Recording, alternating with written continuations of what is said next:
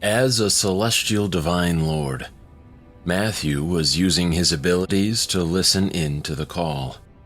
When he heard what the master said, he took the phone out of Princess Naomi's hand and held it to his ear.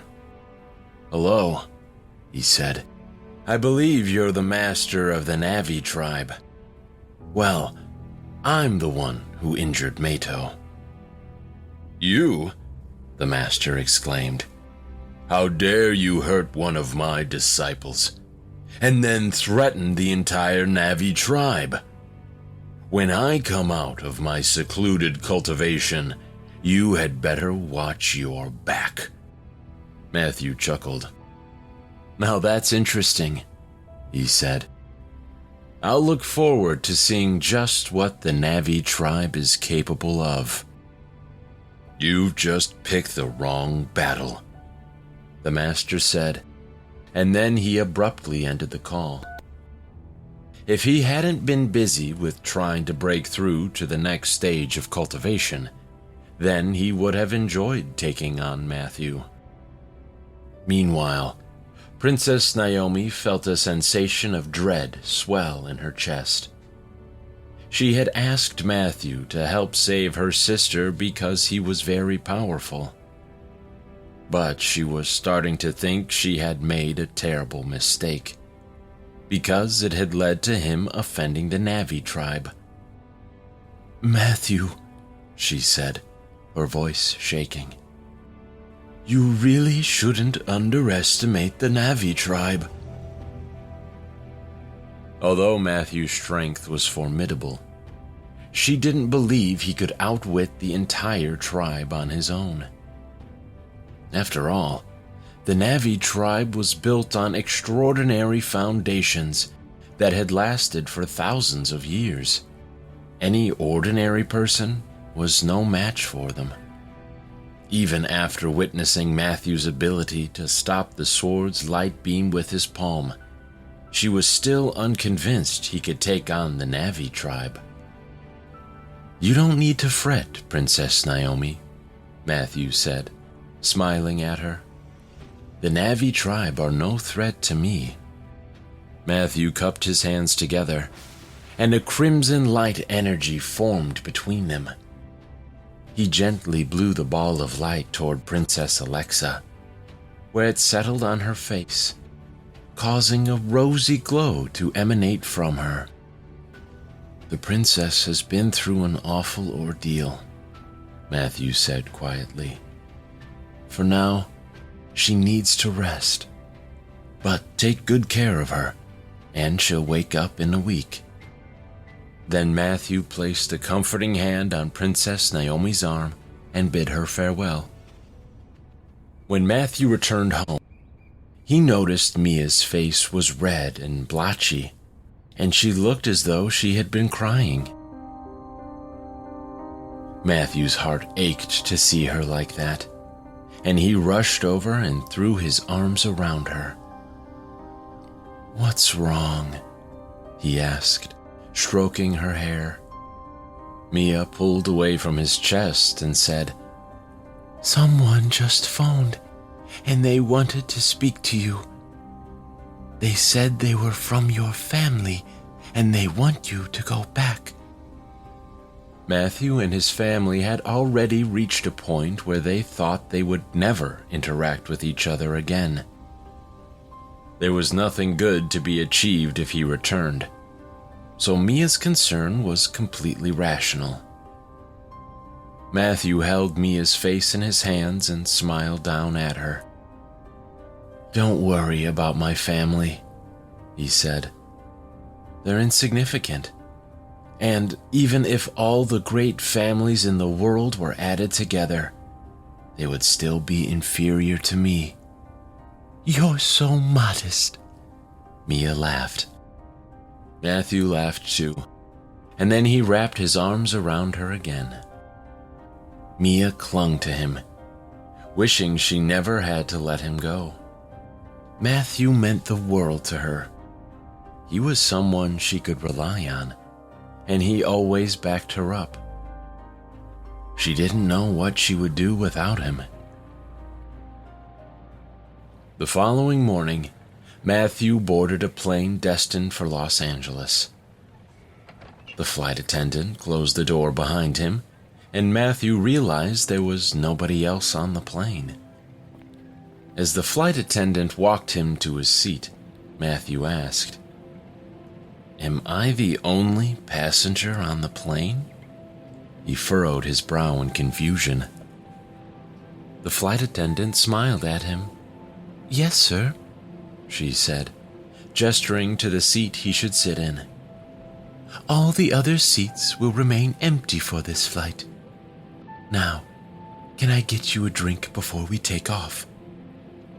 Matthew knew that whichever family member had booked the entire plane just for one passenger must be extremely wealthy. He waved the stewardess away and made himself comfortable. As the plane sped down the runway and lifted into the air, he fell into a deep and peaceful sleep. When he awoke, the plane was coming into land at the airport in Los Angeles, and Matthew idly wondered how long it would be before the greatest cultivators on the planet could fly without needed machinery. When he disembarked, the airport was bustling with people. But when he made his way to the parking lot, there was only one luxury car sitting on its own. Only the Ford family would reserve an entire parking lot for their own use. Matthew walked toward the luxury car, and when the door opened, he wasn't at all surprised to see his sister step out. Natalie was dressed very fashionably, and Matthew noted that he had never seen her looking so well. Ever since Eleanor had died, Natalie had been in charge of the entire Ford family. After some awkward pleasantries, Matthew asked, "So I take it you were the one who booked the entire plane?" "Of course it was me," she said, laughing. "I couldn't expect a member of the Ford family to travel among the normal folk." Matthew laughed too. "You seem to be doing rather well for yourself now," he said, waving his arms to encompass the parking lot, her outfit, and the car. "I thought you might be experiencing a few issues, and that's why you'd called me back." He watched for her reaction. Natalie shook her head. "We're fine," she said. "Even if there are a few people who want to cause trouble for us, but with Theo and the Gateway group behind us, I'm sure no one will dare take things too far." "Theo has done a lot to help our family," Matthew agreed. Natalie nodded, but she was secretly concerned about where Theo's loyalty lay. However, she consoled herself that with Matthew there, her family was in safe hands. "Why did you ask me to come back?" Matthew asked, his curiosity getting the better of him. "If you have something to say, I'd rather you just say it." An uncomfortable silence stretched out in front of them, and Matthew grew impatient.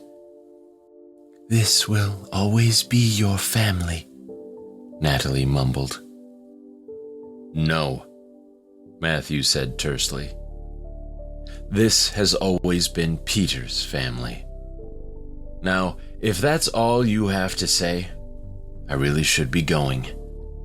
And for future reference, don't call the house phone. If you scare my wife again, I will personally put an end to the entire Ford family." Natalie froze when she heard the menace in his voice. Admittedly, she wasn't privy to the extent of Matthew's capabilities, but she knew if he wanted to destroy the family, then there was nothing she could do to stop him. An inexplicable sadness slowly descended on Natalie. She couldn't blame Matthew for the problems they were facing. It was her own family's fault. If they had treated Matthew better all those years ago, then they might not have gotten into such a state. Matthew seemed oblivious to Natalie's inner turmoil, and his patience was wearing thin. "Well?" he asked, raising his eyebrows to emphasize the point. "Speak up, or I'm on the next plane out of here." Natalie hadn't wanted to broach the subject with Matthew right away, having imagined a more intimate and heartfelt conversation. But his icy tone made it clear that she needed to get on with things or she would lose the opportunity forever. "It's about the Wilson family," Natalie said. "I know you've helped them out before, but now they've attacked our family, and we aren't strong enough to defend ourselves. And Theo is reluctant to confront his own family, so we thought maybe you would help us out." Warmth tinged Natalie's cheeks red as embarrassment swept over her. She knew that if Theo had stepped up, then the Wilson family would have been easy to destroy. But his hesitation was making things more difficult. And she was aware she had to tread carefully with Matthew, because if he had any relationship at all with the Wilson family, then she ran the risk of offending him too. Matthew quizzically raised an eyebrow. "What's going on with the Wilsons?" he asked. In a very affluent area of Los Angeles stood a magnificent manor house with acres of land surrounding it. At the gates, a shiny golden plaque had the words "Wilson Manor" engraved on it. A man walked up to the gates, and 2 security guards stepped forward. "Who are you?" one of them asked the unknown visitor. "Do you have an appointment?" the other guard asked. "If not, you had better get out of here." Both security guards looked like they were ready for a fight, and they each had a ruthless twinkle in his eye. Matthew sensed an energy coming from them that suggested they were not ordinary people. "I don't have an appointment," he said. "But if you tell Theo that Matthew is here, he'll come out and speak to me." "Is your brain not fully functioning?" the first guard asked, knocking at his temple. "Without an appointment, you don't see Mr. Wilson." Matthew wondered if the guards were distant relatives of the Wilson family. They exuded a similar, self-assured vibe. But Matthew was naturally fearless, so he wasn't about to be intimidated. "I'll ask you again," Matthew said calmly. "Will you tell Theo that Matthew is here to see him?" "Who do you think you are?" the second guard asked. "How dare you address Mr. Wilson by his given name?" As he spoke, the guard walked closer to Matthew, puzzled expression on his face. The guard pulled a metal baton from his pocket. He liked to use it to scare off any unwanted visitors, but he had never had to use it before. Usually, the mere threat was enough to make them retreat, but something told the guard that Matthew would be more persistent. He banged the baton against his palm as he stopped in front of Matthew. "I told you to leave," he said through gritted teeth. When Matthew didn't move, the guard lifted the baton, but Matthew blocked its trajectory with his hand, causing the stick to shatter and fall to the ground.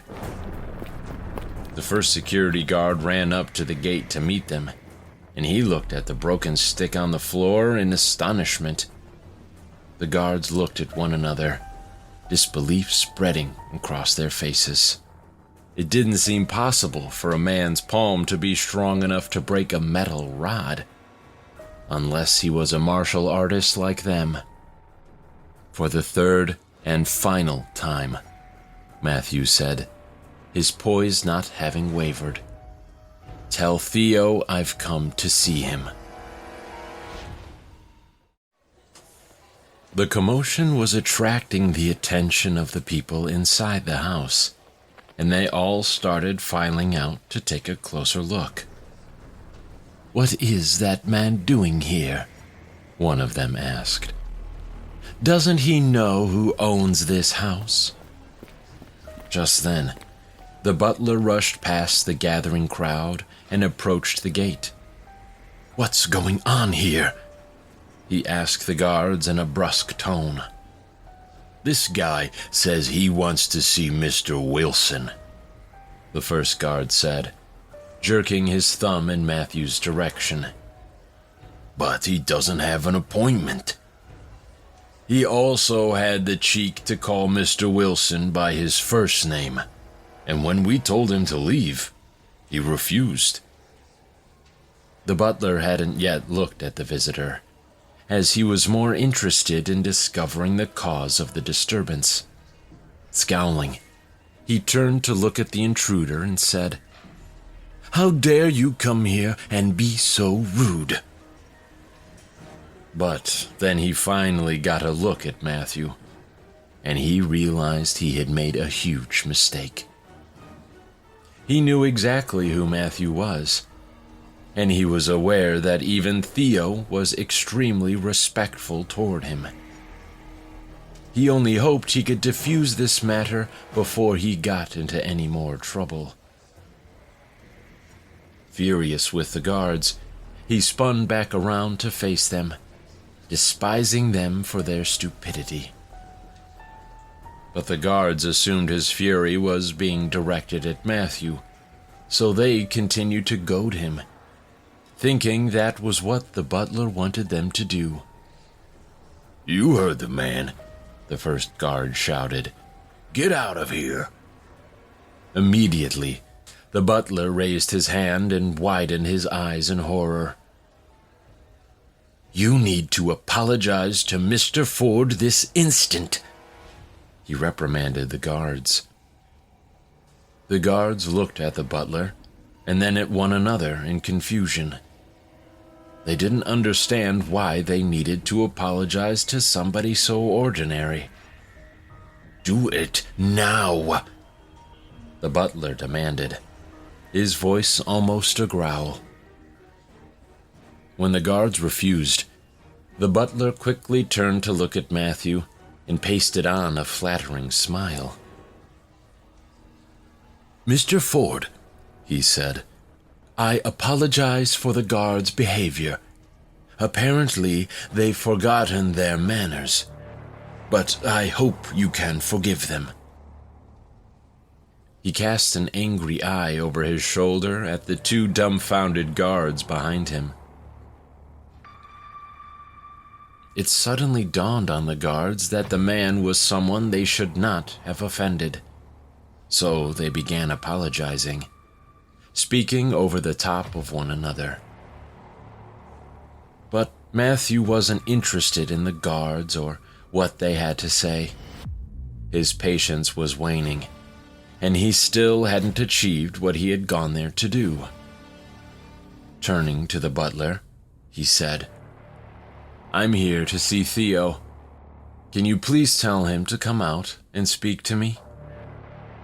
His eyes were dark with anger, making his seemingly casual request more threatening. "If Theo isn't out here within 10 minutes, the Wilson family will suffer the consequences." The butler's face turned pale, and he hurried inside to inform Theo. A couple of minutes later, Theo dashed out of the door, clearly anxious.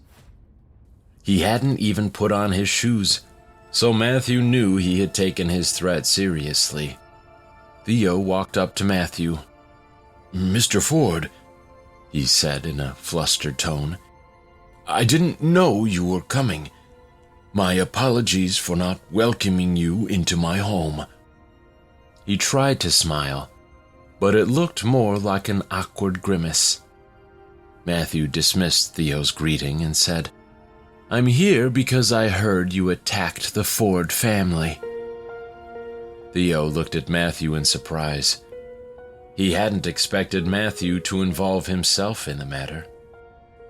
Although the Ford family was powerful, he couldn't see what influence they would have over Matthew. His status and identity were much more profound in Los Angeles than that of the Ford family.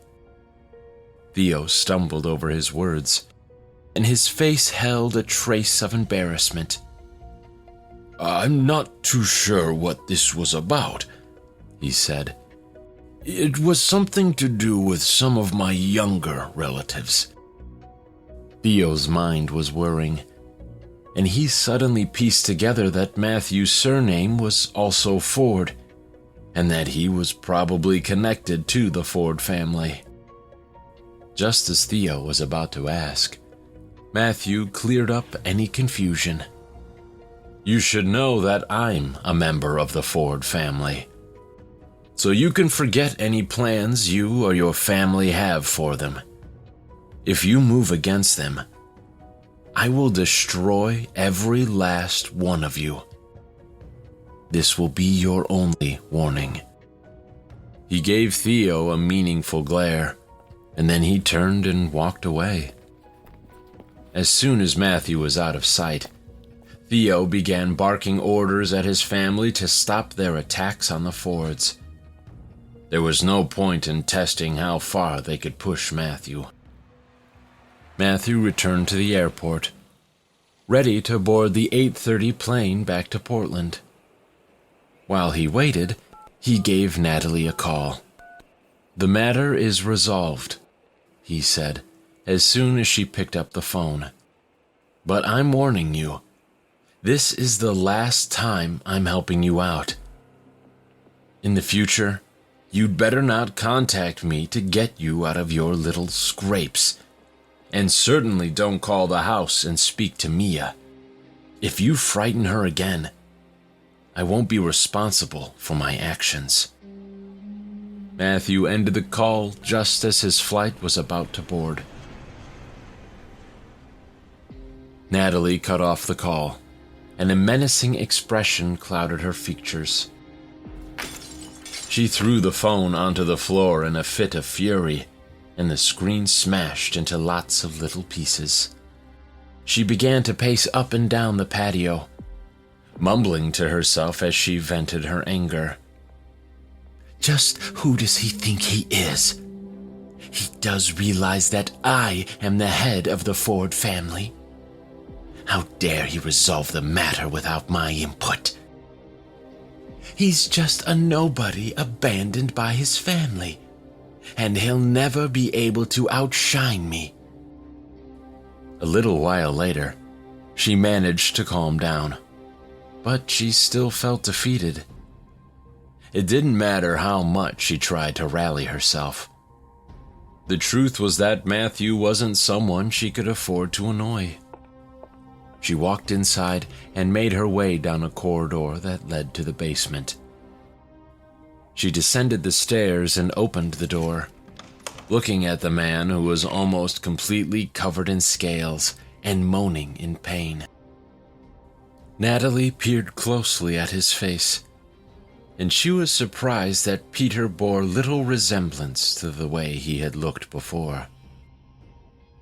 Another man wearing wire-rimmed glasses sat at a desk in the corner, and Natalie asked him, "How long will it take to modify him completely?" She crossed her arms and looked at the whimpering form, clearly unmoved by Peter's suffering. The man raised an eyebrow and let out a breath. "Isn't he spectacular?" he asked proudly. "He's my most outstanding work to date." He got up and stood next to Natalie. "It should be about another 3 months. By then, he'll be ready for use as a human weapon." Peter tried to plead with her, but he was incredibly weak. "No, Natalie, please, I beg you, no more. Just let me go." His voice was hoarse and his throat was dry. "I can't take it anymore. It hurts too much." The effort seemed to have taken all his strength, and he slumped on the floor, murmuring his pleas over and over again. Natalie walked over and crouched down in front of him. Peter looked at her through red-rimmed eyes.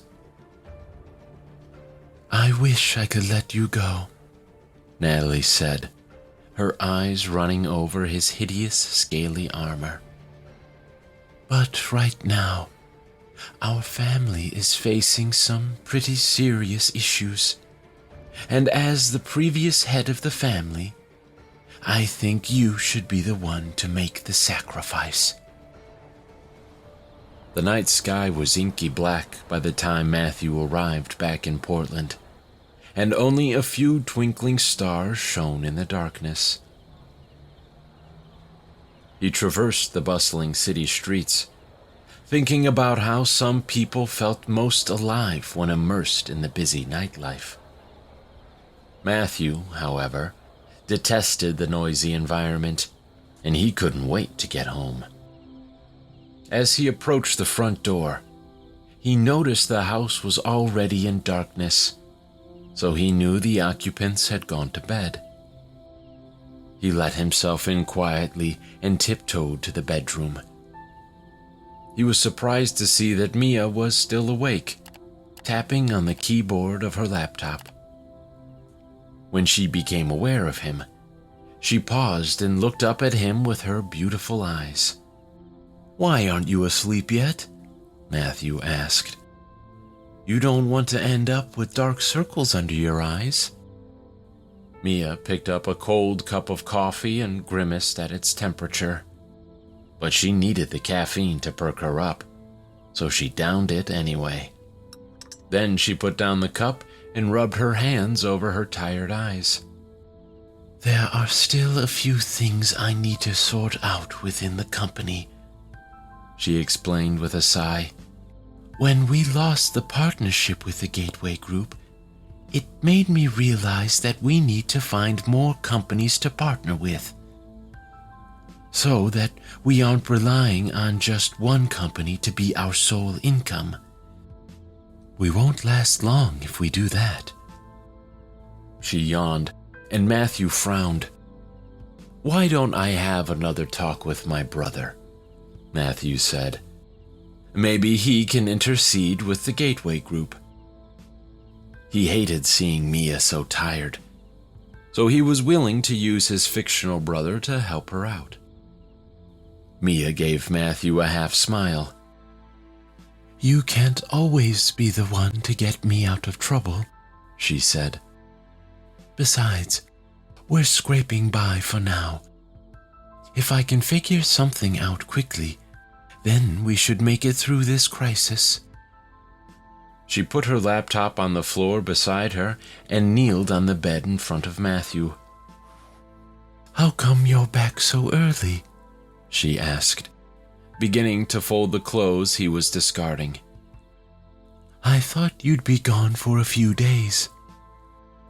She stood up and carefully placed the clothes in a neat pile on the chair. "It was just a small matter and had nothing to do with me," Matthew said indifferently. "They aren't my family, and Los Angeles isn't my home."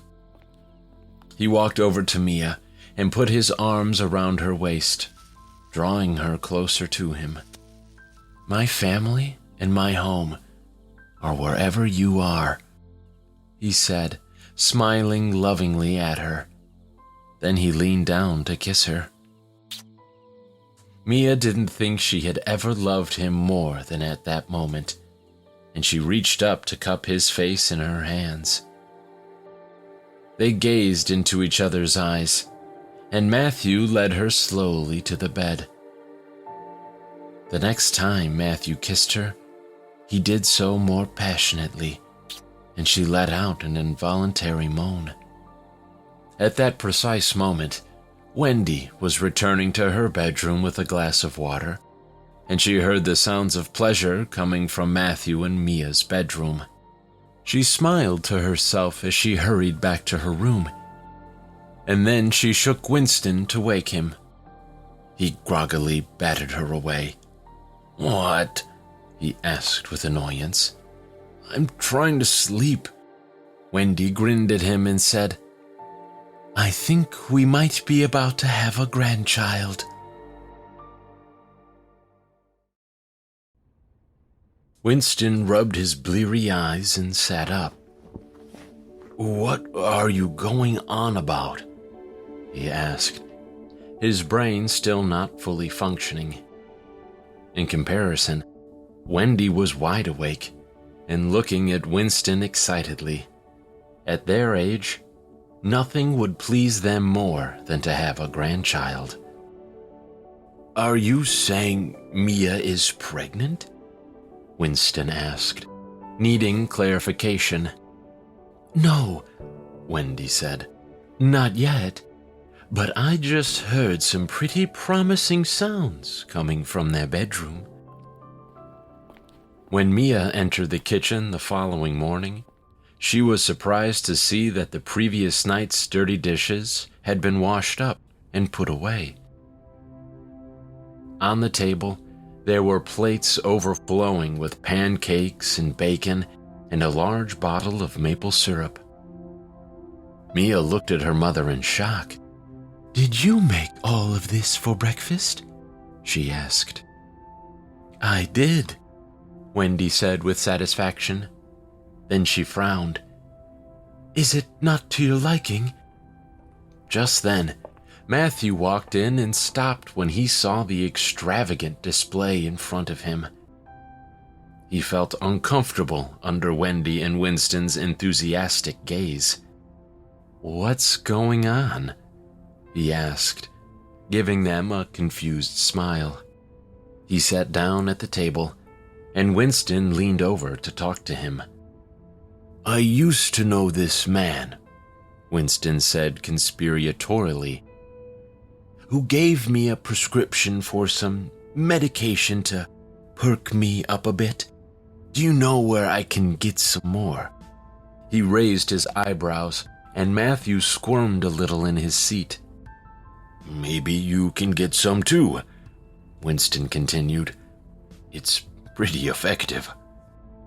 Matthew nearly choked on his pancake, so he took a big gulp of freshly squeezed orange juice that Wendy had placed in front of him. "Think of it from our perspective," Winston said. "The two of you have been married for nearly 4 years now. Don't you think it's about time you gave us a grandchild? It will be good for the two of you, too. Think how much happiness a child will bring to the family." Matthew cleared his throat and wiped his mouth with a napkin. "Mia and I will have a proper talk about it," he said, getting up from his seat and fleeing the kitchen. He could feel his face growing hot, and he couldn't get away from the awkward conversation fast enough. He was extremely embarrassed, and he also felt a little helpless. It wasn't that he didn't want to have children, or that he wasn't in peak physical condition. The problem was that his high cultivation levels made him less fertile. He guessed it was quite logical. Otherwise, the world would be overrun with extremely powerful people. He dashed upstairs, and while taking a shower, he decided he would visit the Rodney family. After all, Lester seemed to know about the Land of Shadows, and Matthew still had some unanswered questions. He tiptoed downstairs and picked up his keys as quietly as he possibly could to avoid attracting any further attention from Mia's parents. But just as he opened the door, Winston appeared behind him. Matthew gritted his teeth and rolled his eyes. He had been hoping to sneak out without continuing the uncomfortable conversation. "Yes," he said, raising his eyebrows. Winston walked nearer so he could talk to Matthew in a hushed tone. He looked around to check nobody was in the hall, and then he asked, "Well, do you know where I can get that medication?" Matthew rubbed the back of his neck, and he could feel the earlier flush returning to his cheeks. "Look, I can give you something," he said, knowing Winston wasn't going to give up. "But you can only take the tonic once a week. If you take too much, it can play havoc with your mood." As Matthew rushed out the door, Mary emerged from the sitting room. Nobody had known she was in there, and she had overheard the entire conversation. Feeling it was her duty, she gave Caitlin a call. "Caitlin," she whispered as soon as the phone was answered, "I thought you should know that they're making plans to have children." Caitlin knew that Matthew and Mia's relationship was growing stronger every day, and if they had children, any possibility of Matthew falling for her would be immediately extinguished. She gasped, shocked by the news. "Listen," Mary said kindly, "I think it's time you gave up. After all, it's not nice to destroy other people's families. Have a think about it." "What makes you think it would destroy the family?" Caitlin argued. "You don't know that."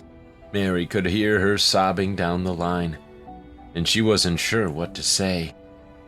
"I've been patient," Caitlin said, "and this is the thanks I get."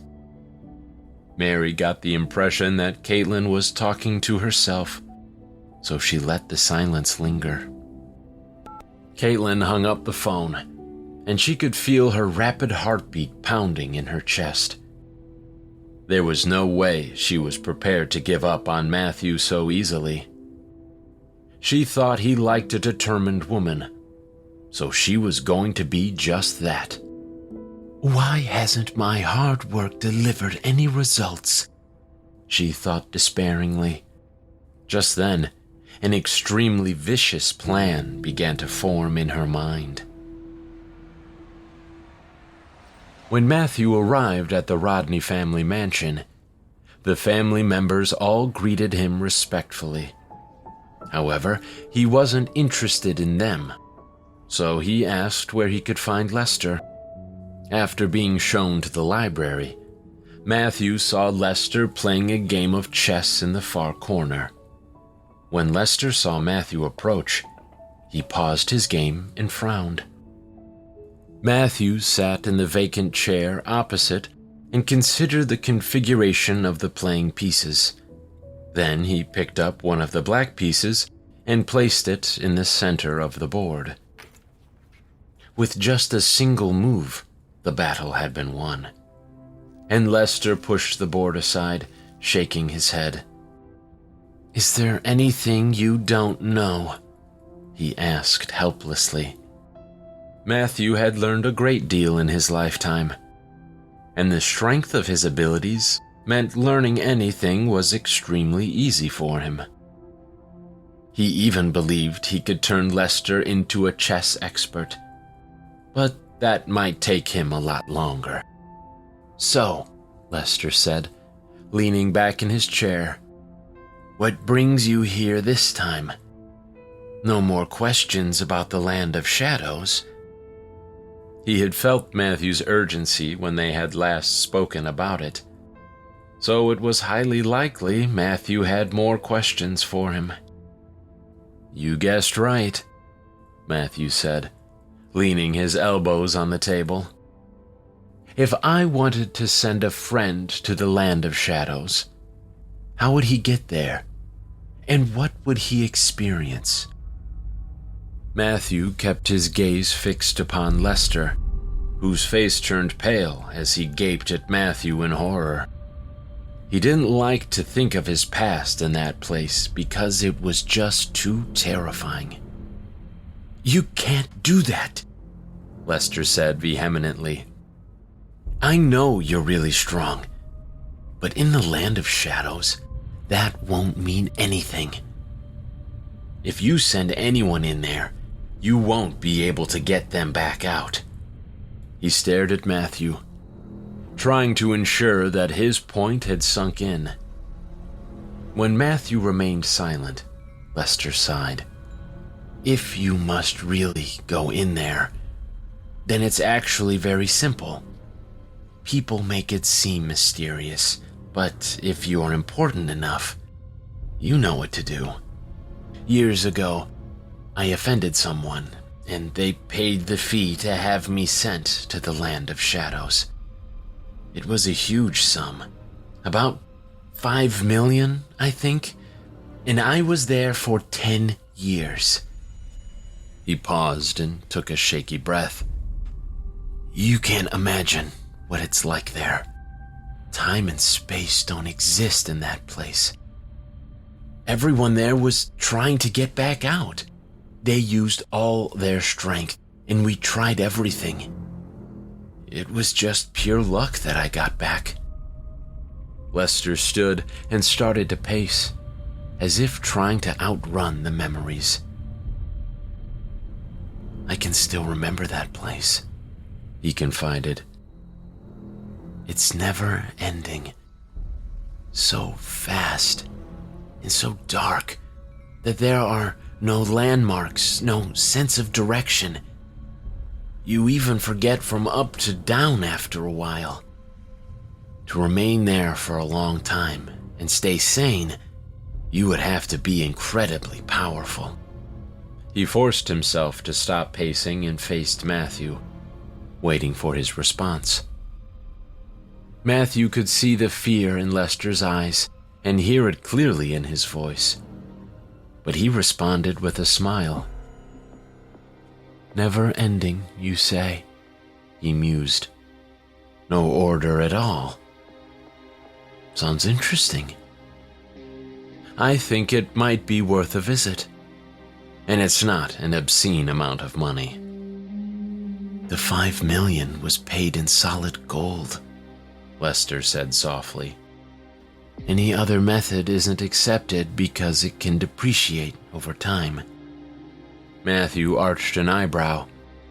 He was surprised to hear that he had to use gold, and he knew it wasn't easy to gather so much of it. Still, he was pleased that he had learned more about the place. The strangeness of it made sense for a place of exile, but it was even more than he had expected. The lack of light and time was especially intriguing. "So, if I take 5 million in gold," Matthew repeated, "I can send someone in, right?" "Yes," Lester answered, although it had seemed more like Matthew was talking to himself. He wasn't going to ask what Matthew was planning to do. He knew he was very powerful, so whatever Matthew considered possible would seem like a suicide mission to Lester. "One last thing," Matthew said.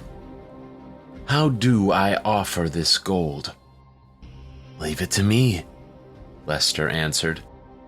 "I can help you contact the organization responsible." He seemed about to say something else, but then he hesitated and fell silent. "Okay then," Matthew agreed. "I'll leave it with you. Let me know when you're ready." There was nothing else to be said, so Matthew nodded in farewell and left. As he was walking out of the house, his phone rang. "Hello, Matthew," Caitlin said. "I know you've been busy, but I would just love to treat you to a meal and catch up. My grandpa was just saying the other day that we haven't seen you in ages, and he wanted to talk to you. It got me thinking that I should give you a call. Matthew repressed a sigh. You're right, he said, getting straight to the point. This is a busy time, so call you back when things calm down. What's keeping you so tied up, I wonder? Caitlin asked, her voice turning petulant. Oh, wait. Let me guess. You and Mia have been trying to have a baby, right? Matthew froze mid-step, and he couldn't believe his ears. Where did you hear that? He asked, his voice like ice. After the conversations earlier that morning, it couldn't be a coincidence that Caitlin had said such a thing. Oh, nowhere, Caitlin replied quickly. You and Mia have just been married for such a long time that it seemed like a good guess that you'd be trying. Matthew hung up without another word. After hanging up the phone, Matthew stood for a while, frowning as he thought everything over. John was a pretty good man, and he had helped Matthew a lot in the past. He didn't want to assume that John had been gossiping, because Caitlin could have heard the rumor about him and Mia from somewhere else. But if John did need to talk to him as Caitlin had suggested, then it could be something important, and he didn't want to miss helping him if he was in need. Alternatively, it could have just been an excuse for Caitlin to phone. With a sigh, Matthew set off for the Harvey house. Caitlin threw her phone away with a sigh and rubbed at her eyes. She was having a bad day and the tears just kept coming. If Matthew had agreed to meet up, then that could have saved the day. She hated Mia so much, and there was nothing she could do to turn the tables and get Matthew's attention. Sighing again, she flopped back on the couch. Just then, John walked into the room and smiled down at her, but she simply stared up at him listlessly. She's probably bored, he thought. Perhaps I can cheer her up. What's up? He asked, ruffling her hair. Has someone been ignoring you again? Tell me all about it, and we'll figure out how to bring them back in line. Caitlin sighed and propped herself up on an elbow. It's Matthew, of course, she answered. I rang and said you wanted to see him, and then I invited him for a meal, but he hung up on me. When he heard Matthew's name, John's expression changed from teasing to serious. He had warned Caitlin before about Matthew, but she insisted on chasing after him. Matthew simply wasn't available, and what's more, he was dangerous to their family if they annoyed him. Grandpa, you're not afraid of Matthew, are you? Caitlin asked, watching him closely. John forced a smile. Of course not, he answered. Why would I be afraid of him? Anyway, no one gets to treat my precious granddaughter that way. Shall I teach him a lesson now, or do you want to decide on a suitable punishment for him? Caitlin blushed and muttered something under her breath. No, it'll be okay, she said, fussing with her hair. But you've been wronged, John said with mock seriousness, a smile tugging at the corners of his mouth. He needs to see the error of his ways. How can you let him off so easily? You're teasing me now, Caitlin cried, her face turning red. Oh, absolutely not, John answered, placing his hand on his heart. In my honor, I will make sure he never treats you so badly again. Who treated you badly? A voice asked from the doorway. Caitlin froze, realizing she knew that voice. Slowly, she turned around to look at the door. Caitlin couldn't quite believe that Matthew had actually shown up. After all, he had said he didn't have time and had hung up on her. Her face lit up and she saw him standing there, but he ignored her and focused on her grandfather instead. I got a call from Caitlin who said you might need to talk to me, Matthew said. Is there anything I can help you with? John glanced at Caitlin. He needed to think of a way to save the situation, and fast. Although he knew what Caitlin had been referring to when she had said that he wanted to speak to Matthew, he hadn't been ready to broach the subject. He hadn't yet figured out an appropriate way to ask, and thanks to Caitlin, he was being forced into it. Matthew, he said with a smile. What a surprise. Won't you sit down? Come to think of it, I do have something I've been wanting to ask for your help with. Matthew remained standing, so John kept talking. Caitlin was telling me that you seem to have some quite amazing medical skills, he said. One of my friends is ill, and I would appreciate it if you would take a look and see if there's any way you could help. You remember Eddie Powell, don't you? Matthew couldn't believe what he was hearing. His relationship with the Harveys was okay, but they weren't close enough for them to ask him for that kind of help. After all, lots of people were ill, and he didn't go about healing them all. "I'm sorry, but I can't help you with that right now," he said firmly. John felt a twinge of impatience as he stared at Matthew.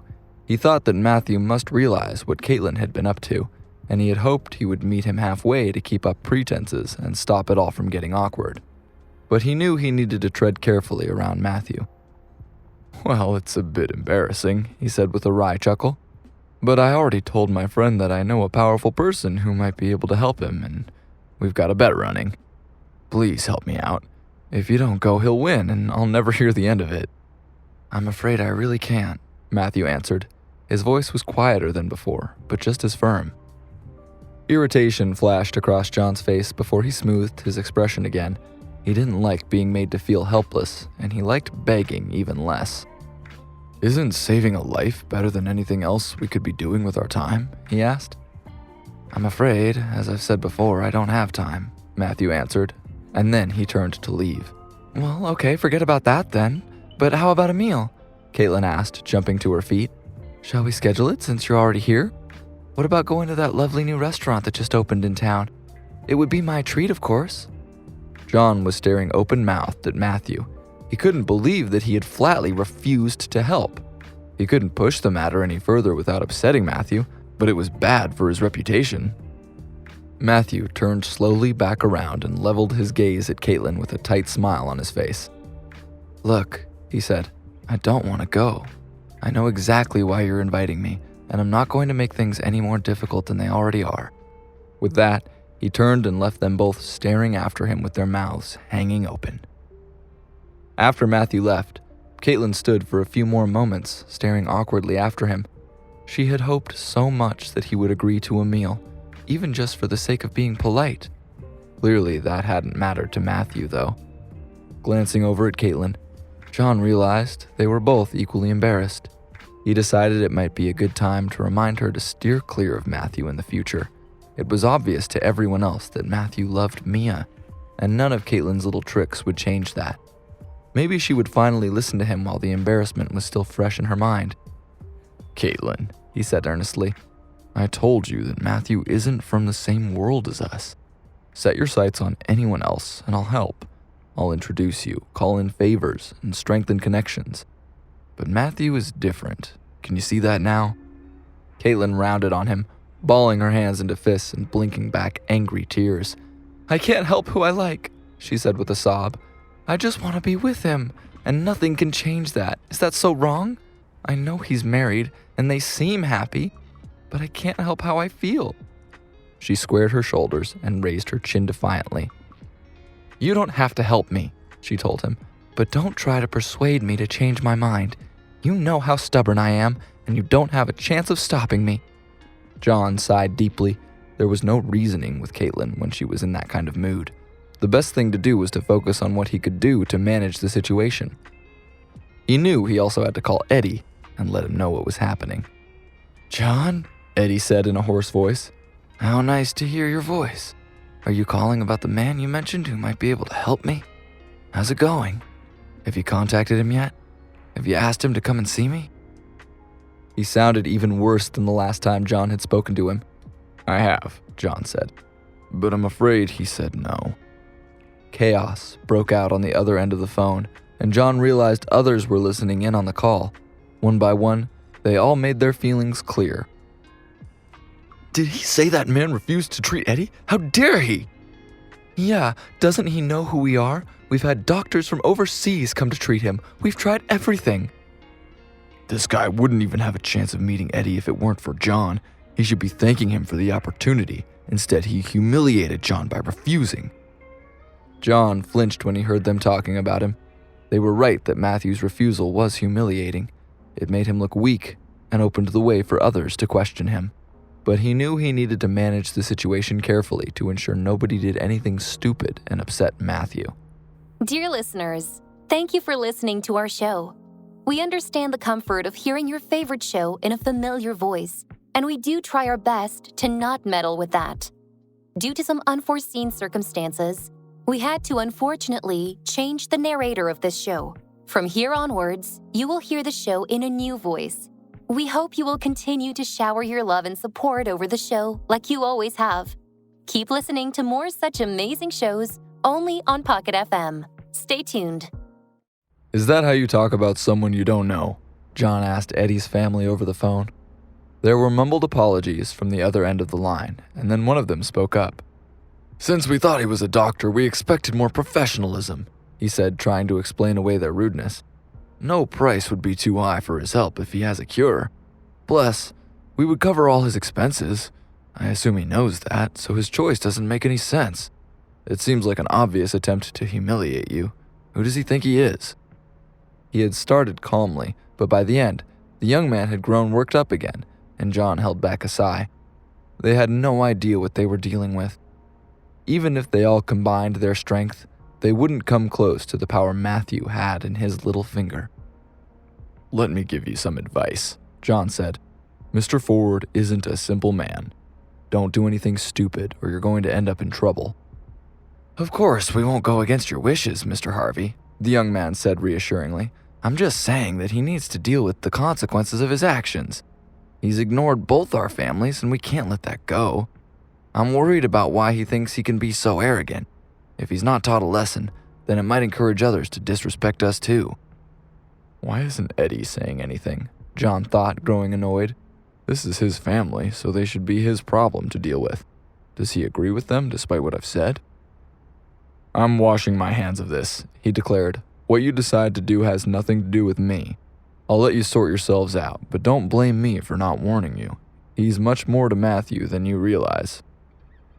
"Since you don't object, John," Eddie finally cut in, "then I suggest we let the younger generation handle this as they see fit. I would like to see Matthew, one way or another. How he gets here doesn't matter much. I heard that he's a son-in-law of the Cavill family. Their business is in ruins right now, so they're not likely to cause a fuss. Anything is worth it if he might be able to heal me." John hung up and stared at the phone. That was not how he had planned for the conversation to go, but he wasn't staying on the line any longer and potentially being linked to whatever scheme they came up with. As far as he was concerned, the less he knew, the better. He had tried his best to warn them, but they would have to find out Matthew's abilities for themselves. Even if he had convinced them, they would probably have changed their minds again and gone after him in a few days. He wondered how much damage there was going to be. "They had better not drag my name into it," John muttered to himself. He had already decided he needed to apologize to Matthew. Over at the Diamond Group building, Mia was sitting with her laptop open in front of her. She was typing furiously, trying to get through a huge volume of documents. She scanned everything carefully to make sure she had caught any mistakes that might make it difficult for her company to form new contracts. When Beatrice had been in charge, they had lost their connection to the Gateway Group, and they had also lost other partners when the Gateway Group had specifically warned people not to work with them. Even though the Gateway Group was no longer obstructing the business, it would still take time to rebuild those bridges.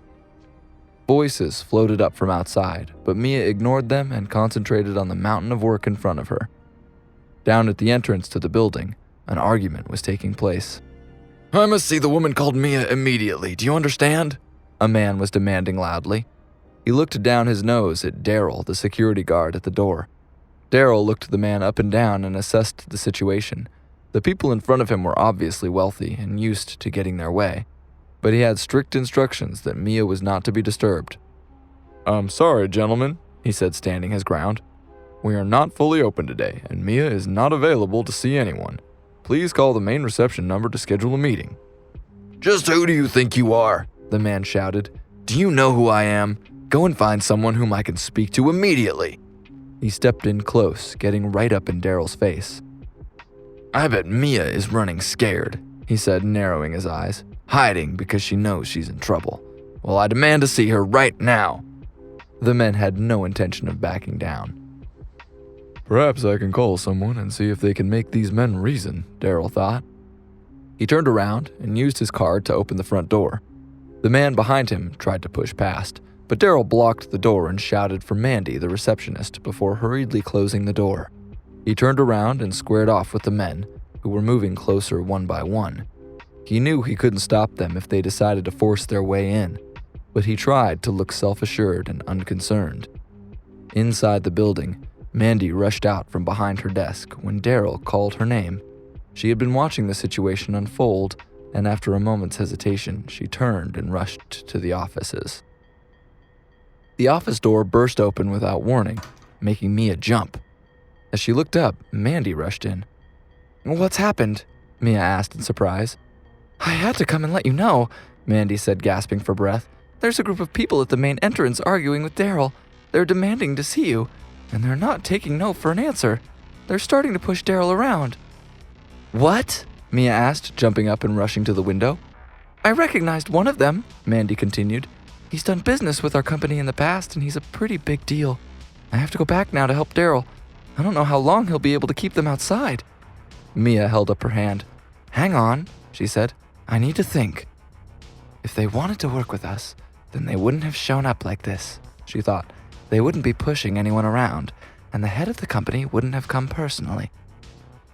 She assumed the men must have a bone to pick with her or the company, but she couldn't think of anything she might have done. If another member of her family was to blame, then Mia didn't understand why they were targeting her. "I'll come too," Mia said firmly, nodding at Mandy. "You shouldn't go out there if it's getting ugly." They started toward the door when it suddenly kicked in, and a group of men poured into the room. Mia was confused.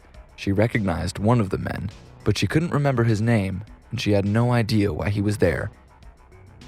Daryl had been pushed into the room in front of them. His lip was bleeding.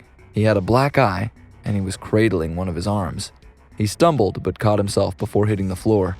The other men fanned out around the room, blocking Mia's exit. "I'm sorry, ma'am," Daryl said, straightening up and looking at Mia. "I told them you weren't available, and I tried to stop them from coming in." He hadn't had a chance against so many men. Perhaps he had been too polite at the start, but he had to consider not just his job, but also his family. The men were clearly important, and their influence reached far and wide, so he was worried about what they might do. He looked so disheartened that Mia felt sorry for him. She glared at the men in front of her, furious that they had dared intimidate one of her employees. Whatever problem they had, their behavior was unnecessary and over the top. Mia focused on Daryl. "How is your arm?"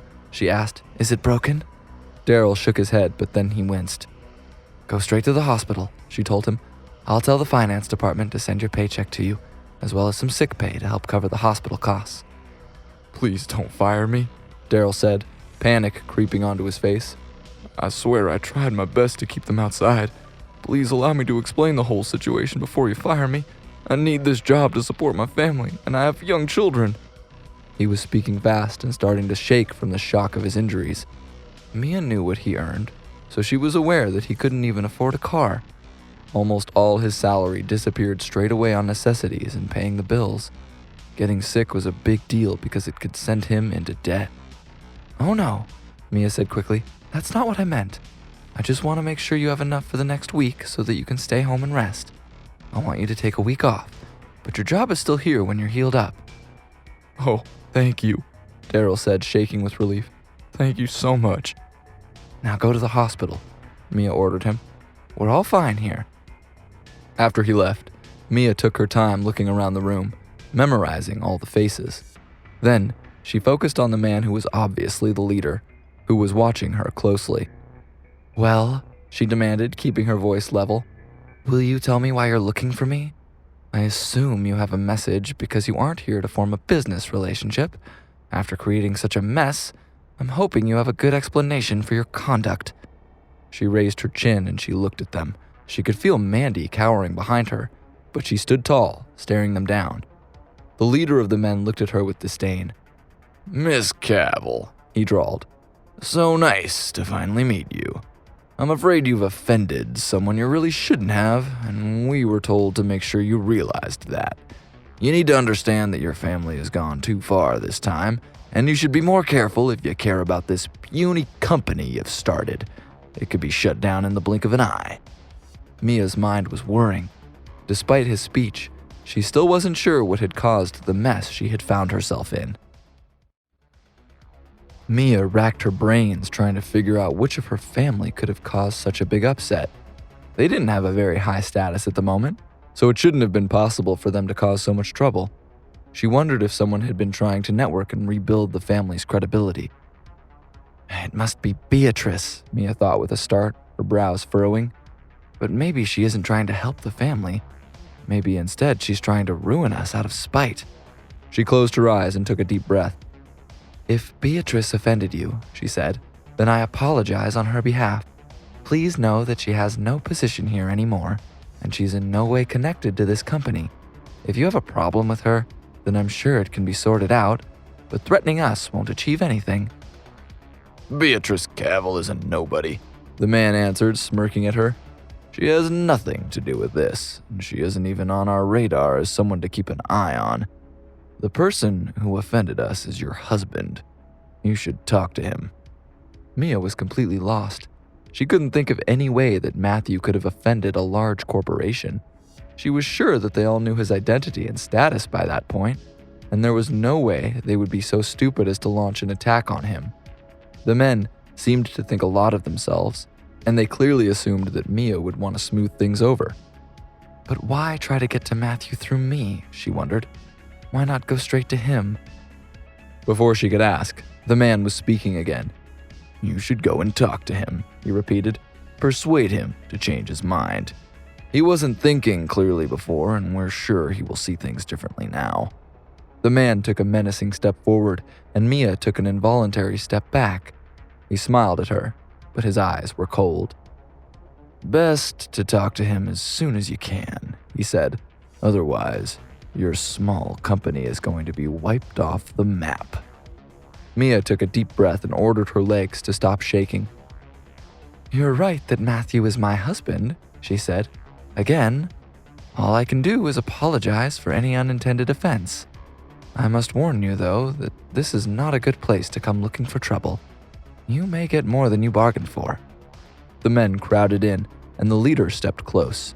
Mia had to tip her head back to keep eye contact, and she locked her knees, refusing to back up. Just go home and ask him about it, he said. We expect to see results by tomorrow. Then he turned on his heel, and they all left as quickly as they had arrived. Mia slowly sank back against the desk, her mind spinning. She had no idea what was going on, but the men were obviously important, so she had to tell Matthew about it. He had done so much for her, so the least she could do was warn him. Besides, the men had been right about the company being on shaky ground, so whatever was going on, she needed Matthew to keep the business out of it. Mia left work late that night. She knew she could catch Matthew at home whenever she got back, and there had been a lot of documents to wade through. Stepping outside, she lifted her face to the moonlight, rolling her shoulders to relieve the tension. She couldn't see any clear way forward for the company, and that was frustrating. If even a few competitors banded together, then it would probably mean the end of the Diamond Group. A cold rain started to fall, and the world was quiet. No one was out and about that night, and the normal nighttime noises were hushed. Mia wasn't paying much attention as she walked, and suddenly, she realized that someone was blocking her way. She stopped just in time to avoid bumping into the man, but then she collided with another man behind her. With a gasp, she sidestepped and found herself surrounded by the men from earlier. Well, hello there, one of them said, leering at her. You must be the one whose husband was stupid enough to upset the Powell family. She's a pretty little thing, another man said. What should we do with her, Carlo? Now, you know that's not what we're here for, Carlo drawled. Although we could have a little fun. Mia looked around, but there was no one on the street to help her. The men crowded in even closer. What do you want? She managed to ask. I'm warning you, don't do anything to me or you'll regret it. You can't imagine what my husband will do. She was trembling, so she wasn't sure they would take her threat seriously.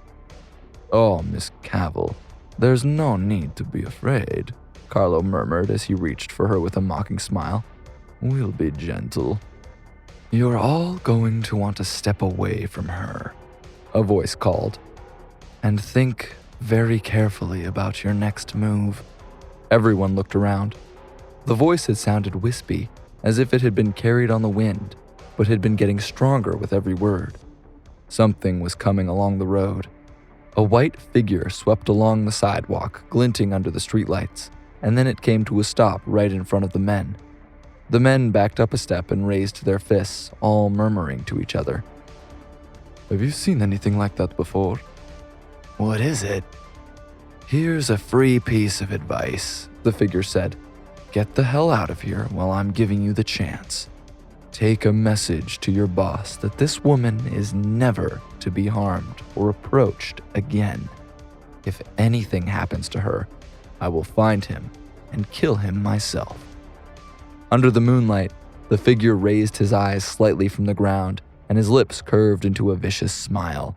He was breathtakingly handsome, with deep-set eyes and sharp features, and his powerful aura hung heavily in the surrounding air. It felt immortal, and Mia felt a shiver run down her spine. The men shifted from foot to foot, but no one ran. One by one, they called out in challenge. "Do you even know who our boss is? You're just making wild claims. We have no reason to believe you. Maybe we'll just take you too." As they spoke, Carlo stepped forward. A blast of wind erupted from him and whistled toward the sparkling man, who didn't even flinch. He didn't even take his eyes off Carlo as a smile spread over his face, and his pupils suddenly constricted.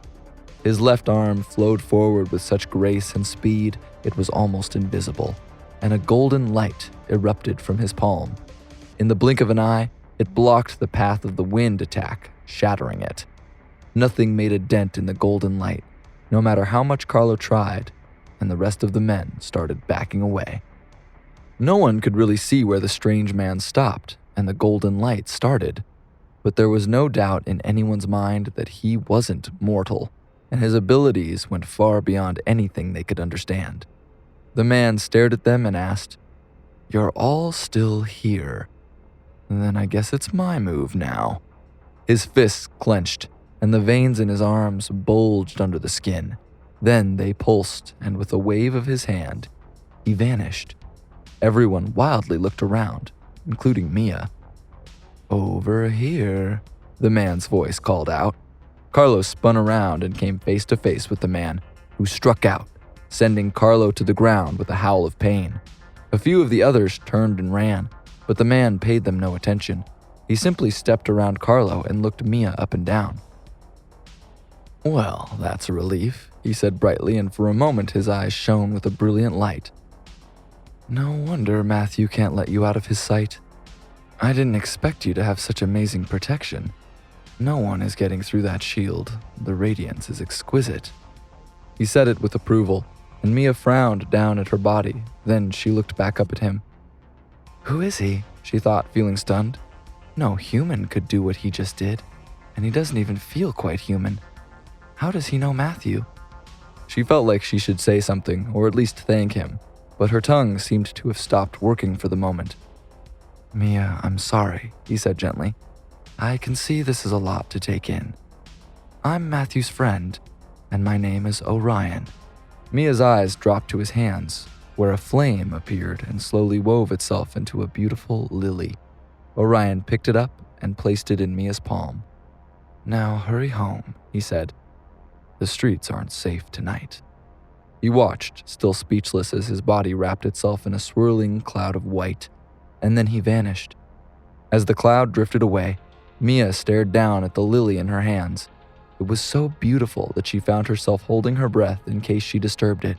She had no idea what kind of magic Orion had used. The lily was so realistic that she would have sworn it was a real flower if she hadn't just seen it materialize. As she watched, the lily gradually disintegrated into powder and blew away in the wind. Mia blinked and looked around. Carlo was still on the ground, groaning, and she quickly stepped back. Then, she turned around and ran down the street as fast as she could. She just wanted to get back home before Carlo recovered. Back on the street, some of the men came back to check on Carlo.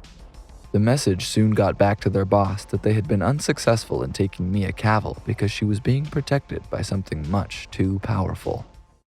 Carlo called his boss, trying to smooth things over, but the man was clearly not in a forgiving mood. "If you can't even handle one woman, then why do I even keep you around?"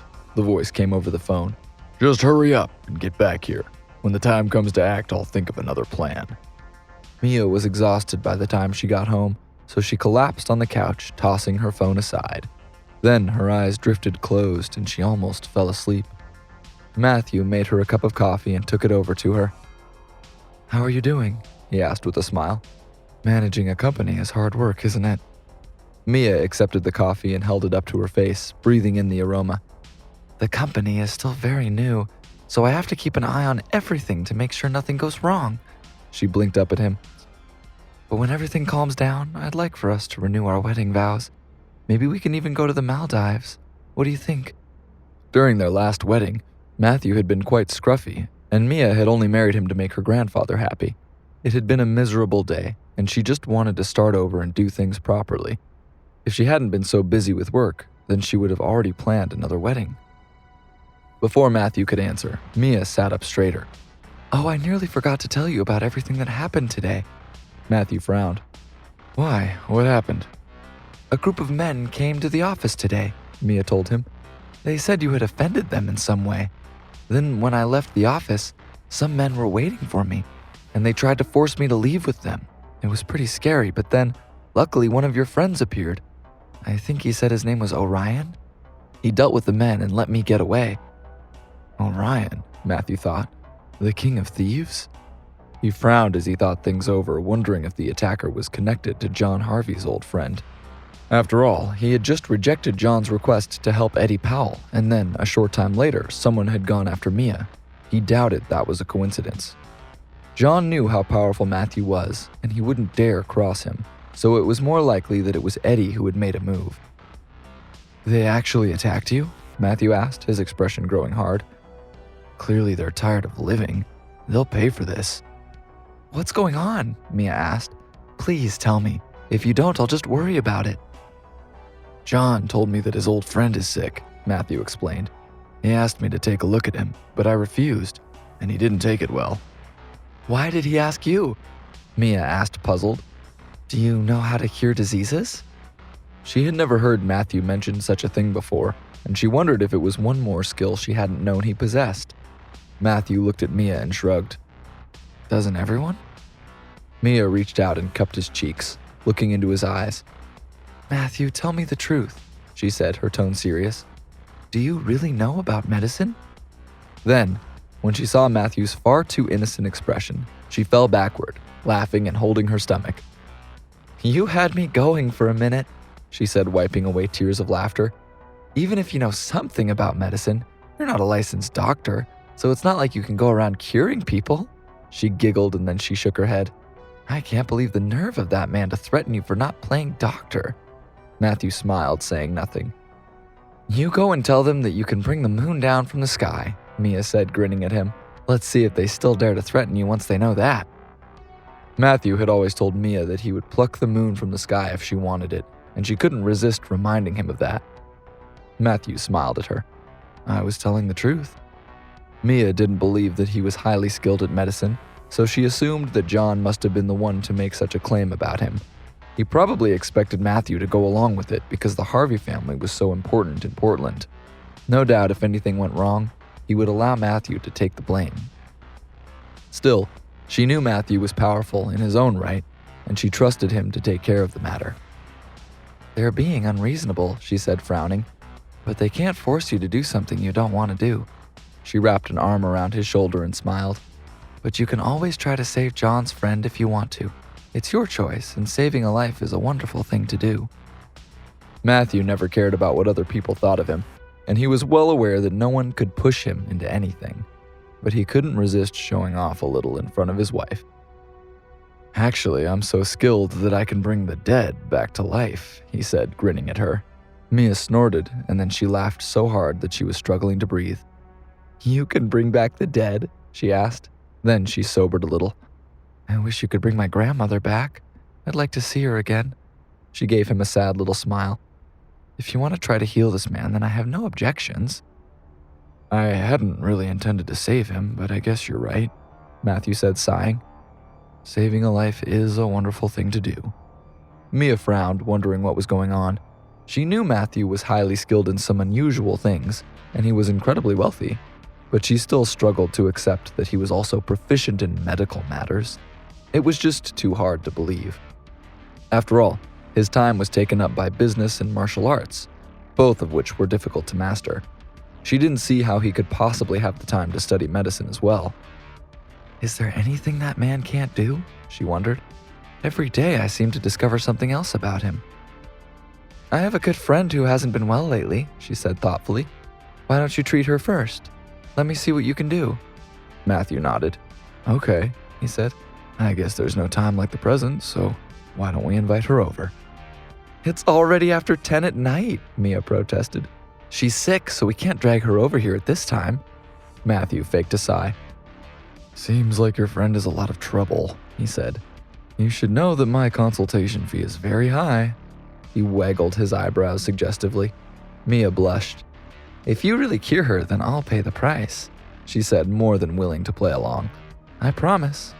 Matthew was so excited that he could hardly sit still. Of course, he would have saved Mia's friend anyway, and they both knew it. He had no concerns about his ability to help. After all, even if the woman was dead, Matthew would still be able to revive her. Do you promise you'll try to help my friend? Mia asked. A gentleman never goes back on his word, Matthew said solemnly. Then he smiled at her. Mia gazed at him, trying to determine if he was being serious. It seemed like there was nothing he couldn't do. After all, he was a skilled martial artist, a successful businessman, and also a virtuoso pianist. No matter what Matthew turned his hand to, his abilities were outstanding. Is he telling the truth about knowing medicine? She wondered. Can he really bring back the dead? Then I'll take you at your word, Mia said. With that, she turned and ran back to her bedroom. Matthew smiled and began to follow her, but before he reached their room, he was waylaid by Winston, whose eyes seemed a little too bright. What's wrong? Matthew asked, surprised by his appearance. That tonic you gave me is really powerful, Winston said. Are you sure that I can only take it once a week? What if I took it 3 times a week instead? He grinned as he looked at Matthew, who stared at him with suspicion. Matthew realized Winston had already taken more of the tonic than he should have. That was probably why he had sought him out. Once a week is enough, Matthew said firmly. Drinking too much of it is bad for you, and it can even be poisonous. You need to stick to the proper dose.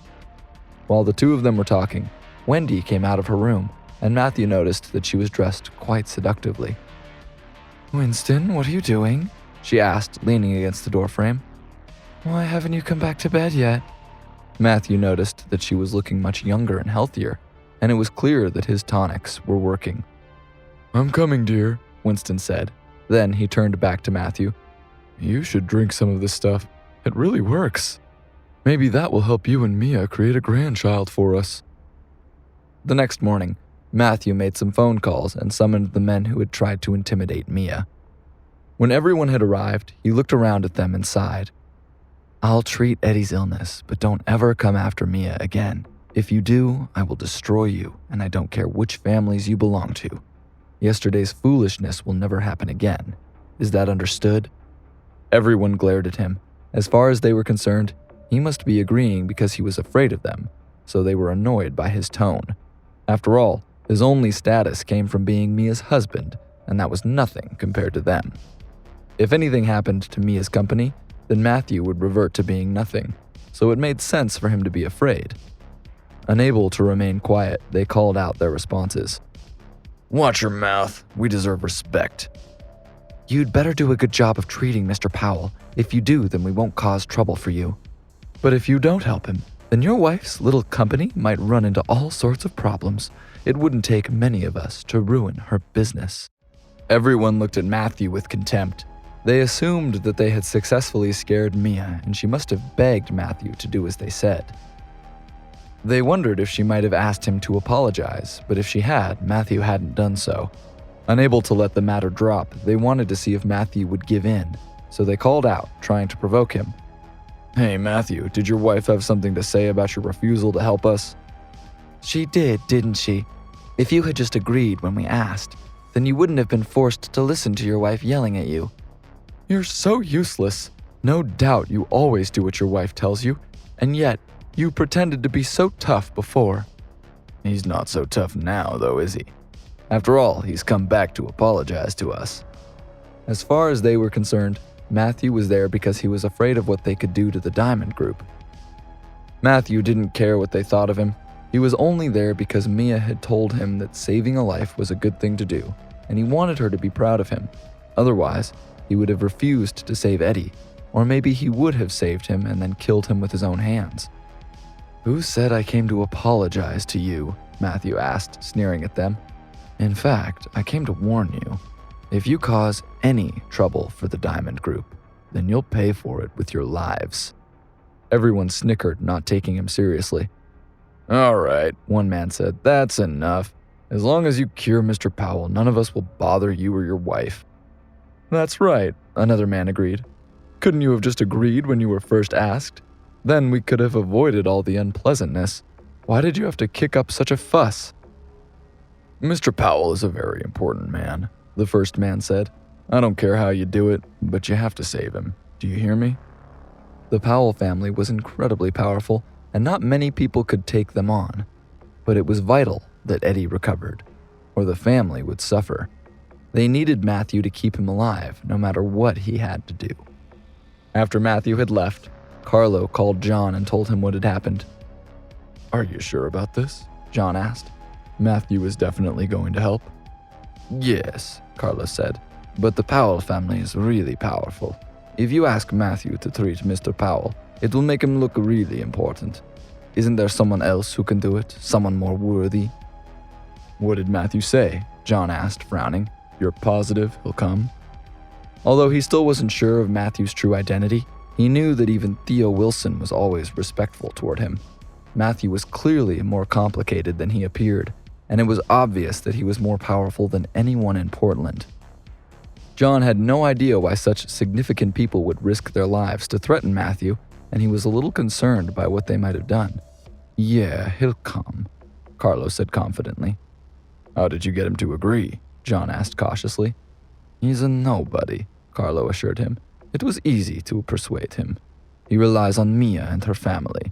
So we told him that if he didn't agree, then we would destroy the Diamond Group." "It's good that Matthew agreed to come," John told Carlo over the phone. "But be careful not to push him too far. If you anger him, the consequences will be unimaginable." "He's already agreed," Carlo said, clearly unconcerned. "There's no need to aggravate him any further." As far as he was concerned, if Matthew could cure Eddie, then everything would be fine.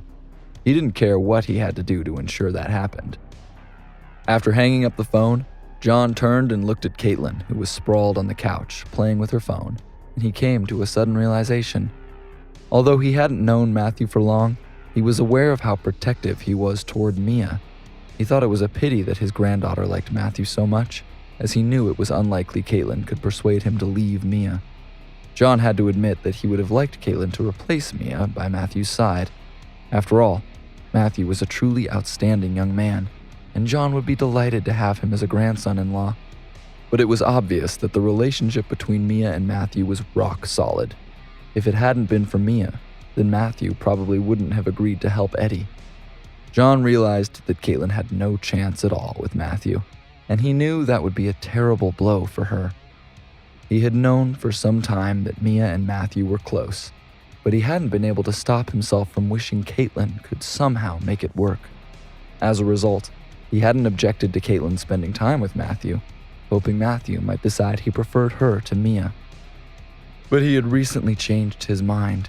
His precious granddaughter had put her heart and soul into winning Matthew over, but she would never get what she wanted. As he thought it over, he looked at Caitlin, and his heart ached for her. "Grandpa, why are you looking at me like that?" Caitlin asked, frowning at him. John hurriedly hid his heartache from her.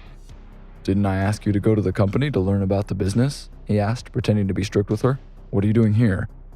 He had hoped to keep Caitlin occupied with business, thinking it would take her mind off Matthew. Caitlin sighed. "I've been feeling quite listless recently," she said. "I just can't concentrate on anything, and I'm not managing to learn much. Since I wasn't being very productive, I decided to stay home and get some rest." "I think it's more likely you're waiting for Matthew to show up," John murmured. "Grandpa?" Caitlin asked, sitting up straight. "Did you say Matthew is coming here? When is he arriving? I need to get dressed up. I can't let him see me like this." John shook his head when he saw how obsessed his granddaughter was with Matthew.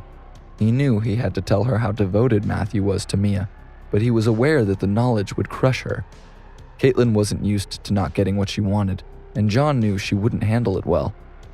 "I remember you saying that there was a young man at university who seemed to like you," he said cautiously. "I also heard that his family's status is quite similar to ours. Maybe you could switch your attention to him instead?" Caitlin snorted. "He's a total player," she said, folding her arms. "And even if he wasn't, it wouldn't matter. I like Matthew, and I don't want anyone else." John felt utterly helpless, but he knew he had to try to persuade her to drop her pursuit of Matthew. "Caitlin, you're still so young," he said. "There's no rush for you to find a man, and you know Matthew is married. You don't stand a chance, and I don't want you to get hurt. Give it some time, and maybe you'll meet someone you like better." He really wanted his granddaughter to keep her options open, but he knew it was futile. After all, people often formed opinions when they first met someone. Sometimes people fall in love at first sight, and it could be a wonderful thing when it works out. On the other hand, if someone instantly put another person in a terrible mood, it was unlikely they would ever be friends. In such interactions, status appeared to be irrelevant, so he knew Caitlin was unlikely to be swayed by a man from a good family. "Grandpa, I know you don't support me in this," Caitlin said, "but it's not wrong to have feelings for someone." She shrugged. "And marriage is no obstacle to that. After all, there's such thing as a divorce."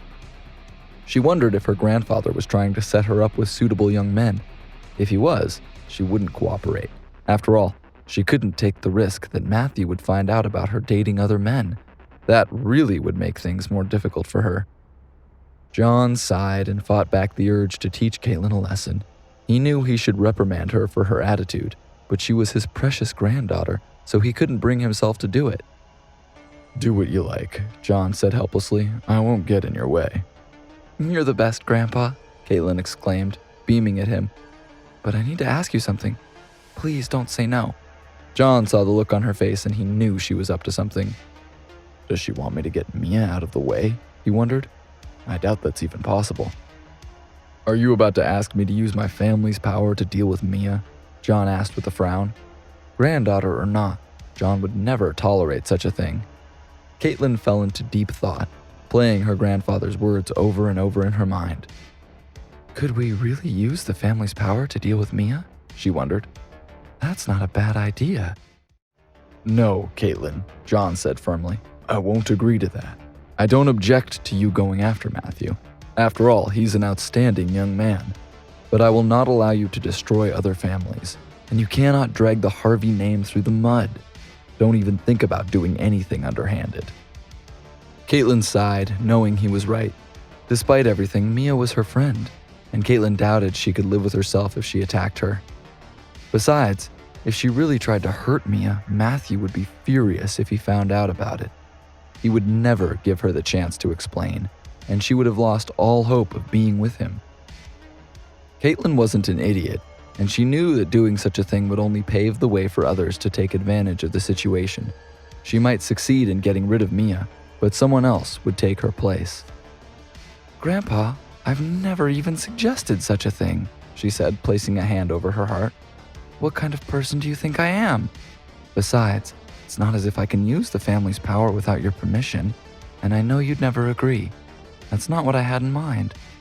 She smiled at her grandfather. "I just wanted to invite Matthew for a meal, and then maybe we could watch a movie." She shrugged. "Then later, maybe we could go for a walk. I just thought that we could spend some more time together, and then he could get to know me better, that's all." "You want to treat Matthew to a meal and watch a movie with him?" John said doubtfully. "That doesn't sound like a good idea, and besides, he already refused when you asked him." Things had changed a little since his day, but it still sounded like Caitlin was planning a date with Matthew, and he was sure Matthew could see it that way too. Caitlin smiled at him. "It might make a difference if you ask him," she suggested. "And it's just dinner. There's nothing wrong with that, is there?" John threw up his hands. "Fine," he said. "I'll speak to him and ask if he has time."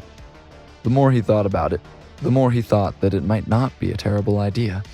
It might be good to get Matthew to spend time with Caitlin, and he hoped it would cheer her up. Recently, he had noticed that she wasn't eating much. and she was growing quite thin. Her clothes had all gotten quite loose, and he hated to see her in such a state. Once John had left, the smile faded from Caitlin's face, and she picked up her phone and made a call. "You haven't reported to me about Matthew and Mia recently," she said, her tone harsh. "Tell me what they've been up to. I want to know everything that's been going on with them lately."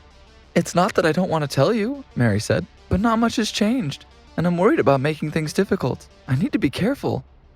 "Just remember to hold up your side of the bargain," Caitlin said. "We had a deal, and I expect you to stick to it. Do you understand? Don't mess me around, and I won't cause trouble for you." A few days later, Matthew was about to leave the house when his phone rang. "Lester?" he asked when he answered the call. "What do you want? Has that person from the dark list contacted you?" He had learned that anyone who was put on the mysterious dark list disappeared. No matter who they were or what status they held, if they were on that list, then they would be forced to go to the land of shadows. Over the years, only one person had ever come back from the land of shadows, and that was Lester. Even Lester had no idea how he had managed to escape from there. And he knew the entire domain was surrounded by a mysterious force. He had been unable to find the entrance, even though he was the celestial divine lord. The land of shadows had once been the home of the gods, but in more recent times, its spiritual energy had been much weaker. Still, it was undeniable that many powerful gods had once been born in that place. The secret realm that led to the celestial realm was a mysterious place, and it had been abandoned in ancient times. Lester had worked hard to find someone who knew about the Dark List. They belonged to a mysterious organization, and if Matthew made it worth their while, they could make anyone disappear. The organization was so large that it spanned across the entire world. No matter where Matthew was, there would be someone from the organization nearby. Matthew was thrilled to hear that. If Lester's contact met with him, then he was certain he would be able to extract the information he wanted from their memories. Not wanting to waste any time, he rushed to the Rodney family's home to meet Lester and discuss the details. "You must deposit the gold in their secure account," Lester told him. "Once it's there, no hacker can retrieve it. Until the money has been received, they won't do anything. You'll need to provide a photo and an address for the target. They'll take it from there. Don't ask me how they do any of it. I have no idea." Matthew frowned and murmured, "Very sneaky." Then he looked at Lester. "All right, I understand." With that, he turned around and left. On the outskirts of Portland, a young man in white clothes was standing on the edge of a cliff. When he sensed the passing current of air, he stepped out, allowing the wind to carry him into the air. Rather than using any of his own spiritual energy, he relied purely on his unique understanding of the wind to use it to his advantage. Few people could do such a thing, and it was a special skill used mostly in the celestial realm. Matthew flew up into the air to meet the man in white. "I never thought you'd be able to comprehend how to become light in this realm," he said, smiling. "No doubt you'll find a way to use that to your advantage." Orion gave him a faint smile. "Perhaps if I stick around, I'll get even stronger." He glanced at Matthew. "Is there any news about the land of shadows?" "It seems to be a secret realm from ancient times," Matthew said. "Just as I thought," Orion said with a sigh. "That's why we can't find out where it is. Such places are always shrouded in mystery." "I just don't know how anyone can control such a place," Matthew said, frowning. "The land of shadows is clearly very dangerous, but the people responsible for the Dark List seem to know their way in and out." Orion shrugged. "Maybe they're the descendants of the ancient gods. That doesn't bother me, but to go to so much effort, there must be something valuable there." He met Matthew's gaze. "So when are you sending me in? I'm getting tired of waiting." Matthew felt uneasy. As the ancient celestial divine lord, he had believed that there was no place that could be a threat to him, but the land of shadows was the territory of the ancient gods, and that meant all bets were off. Since he wasn't sure of his own ability to deal with it, he was worried about sending Orion in there, not sure what harm might befall him. "You should think carefully about this," he said, watching Orion with a serious expression. "Even I can't control such a place, and it will be extremely difficult for you to escape. You run the risk of being trapped in there, and I might not be able to help you." All the ancient secret realms contained many treasures, including vast amounts of power. But as always, extreme rewards were accompanied by extreme risks. When Matthew had lived in the celestial realm, he had been to many places in the secret realm, so he was well aware of the risks involved. "Please," Orion said, rolling his eyes. "I'm the king of thieves. Do you think there is anywhere in any realm that I can't escape from?" He grinned. "Don't worry about me. Just send me there. I'll find your father, and then I'll think of a way to bring him out. If I can't, I'll send you a message." Matthew frowned. "This place isn't like any other, and the danger isn't something you can easily imagine." Orion snorted. "I am the best thief in every realm," he said, clearly bragging. "There's nothing in the world that I can't steal." He winked. "Well, other than the heart of a good woman." Then his expression sobered. "You're the dignified celestial divine lord," he said. "Have you given any thought to your future?" Matthew shrugged. "I'm just planning to live my life and do it well." "What about Alvina?" Orion asked. "You know she's always liked you. She's even been keeping an empty room ready for your return. Have you given any thought to her?" "Alvina and I are just friends," Matthew insisted. "All I want is for her to be happy." Orion looked thoughtful. "Is that so?" After speaking with Orion for a bit longer, Matthew began his journey home. The sky was dark, but the moon lit the streets. When Matthew opened the door, he immediately spotted a beautiful young woman. She had smooth, long hair, dark eyes, delicate facial features, and a slim figure. But Matthew could clearly see a trace of yellow in her eyes, and he could feel her icy aura. They simply stared at each other for a while, and then Mia arrived and broke the tension. "You're back," she said, smiling at him. "Let me introduce you to my friend. This is Jessica. Remember that I asked you to take a look at her? She hasn't been feeling well." Although Jessica seemed quiet, she still carried herself with an air of superiority. Matthew and Mia had been married for many years, and Matthew had met many of Mia's friends, but he had never seen Jessica before. He wondered if their friendship had cooled, or if Jessica simply didn't live nearby. But he didn't have time to ponder the issue, so he just smiled and said, "Hello, I'm Matthew." He stuck out his hand, and Jessica shook it. Jessica nodded and gave him a small smile. "I'd heard that Mia married a handsome man, and I can see it was true." She shrugged. "If I'd met you first, I might even have pursued you." She didn't ask what Matthew did for a living or refer to his reputation in Portland. After all, everyone in the city already knew about him, and she didn't want to make him feel awkward. So instead, she had chosen to comment on his appearance. Clearly, she had been raised to be polite. "Well, should we get started with the treatment?" Matthew asked, rubbing his hands together. He could see that Jessica had a lot of problems, and since she was Mia's friend, he didn't want to delay. When they had shaken hands, he had noticed that her skin had felt like ice, and such a thing was unusual among the living. Since Jessica was clearly still alive, then it was incredibly strange for her body to have such a low temperature. "Matthew," Mia protested, "you can't just come right out and refer to her illness. At least speak to her for a while first." Matthew frowned, not understanding what he had done wrong. As far as he knew, Jessica had come to see him about her problem, so he was simply trying to be helpful. But it seemed Mia thought he was being rude. He knew his people skills could be a little rusty, so he apologized for being in such a rush. At that moment, someone knocked on the door and walked in. "Jessica!" Shannon exclaimed, looking at her. "Mia said you were back." Shannon enthusiastically hugged Jessica. "Tell me you were back," Shannon said, faking a pout. "That's so mean. Have you had fun while you've been away? I've always wanted to take more trips, but I still have to work, which is so boring. Were there many handsome men there? If there were, I'll have to force myself to take a break and go there."